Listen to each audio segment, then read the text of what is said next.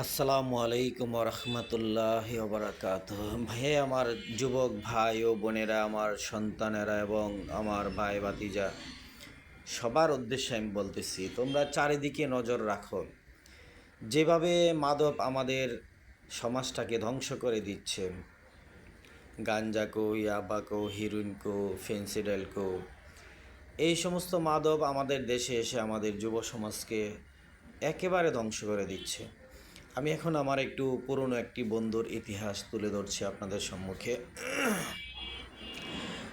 সে প্রথম জীবনে বিয়ে করেছিল প্রেম করে, তার প্রেমিকাকে কেস মামলা করে সে আর পায় নাই, মেয়ের বাবা নিয়ে গেছে। তারপর থেকে সে গাঞ্জা খাওয়া শুরু করছিল। গাঞ্জা খাইতে খাইতে এমন এক পর্যায়ে আসছে, সে সেলুনে কাজ করতো, তাকে আমি ঢাকায় এনে আমার এক দাদার সেলুনে, হিন্দু দাদার সেলুনে দিয়েছিলাম।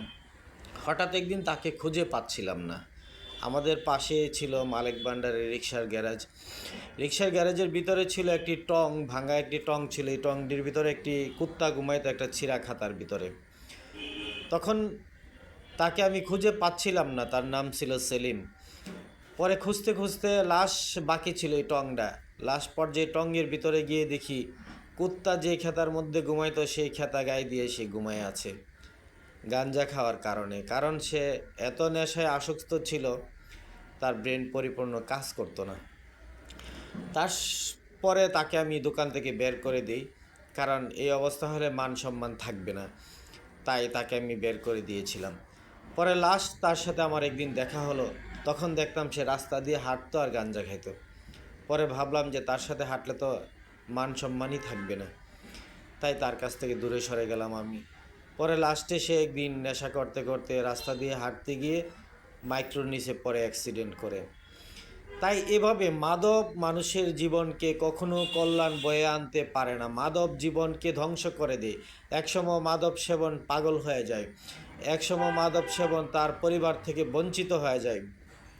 হে আমার তামাম সৃষ্টি জগতের যুবক ভাই ও বোনেরা, আপনারা এখনও সময় আছে। মাদককে তওবা করুন, তওবা করে ছেড়ে দিন। সামনে রমজান মাস আসতেছে। এটা আমাদের মুসলমান জাতির জন্য একটি নির্দেশনার মাস, যে মাসে সিয়াম সাধনার মাধ্যমে, ধ্যানের মাধ্যমে আপনি তওবা করে পরিপূর্ণভাবে মাদক ছেড়ে দেন। ছেড়ে দিয়ে আপনি আল্লাহর রাস্তায় ফিরে আসেন। মাদক আপনার জীবনকে ধ্বংস করে দিবে।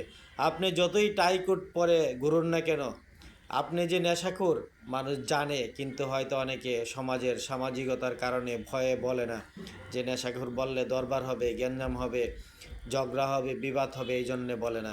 আপনি যে গাঞ্জাখোর, আপনি যে বাবাখোর, সমাজের মানুষ জানে। কারণ আকাশে সূর্য উঠলে যেমন সবাই দেখে, একটা লোক যদি নেশা করে তাকে সবাই চিনে, চিনতে বাকি থাকে না 2 দিন আগে আর পরে। এখনও সময় আছে, সামনে রমজান মাসকে উসিলা করে তওবা করে পরিপূর্ণ ইমানদার মুসলমান হয়ে মরুন। আল্লাহ আপনাকে কবুল করুক, আমাদেরকে বুঝ দান করুক, আমিন।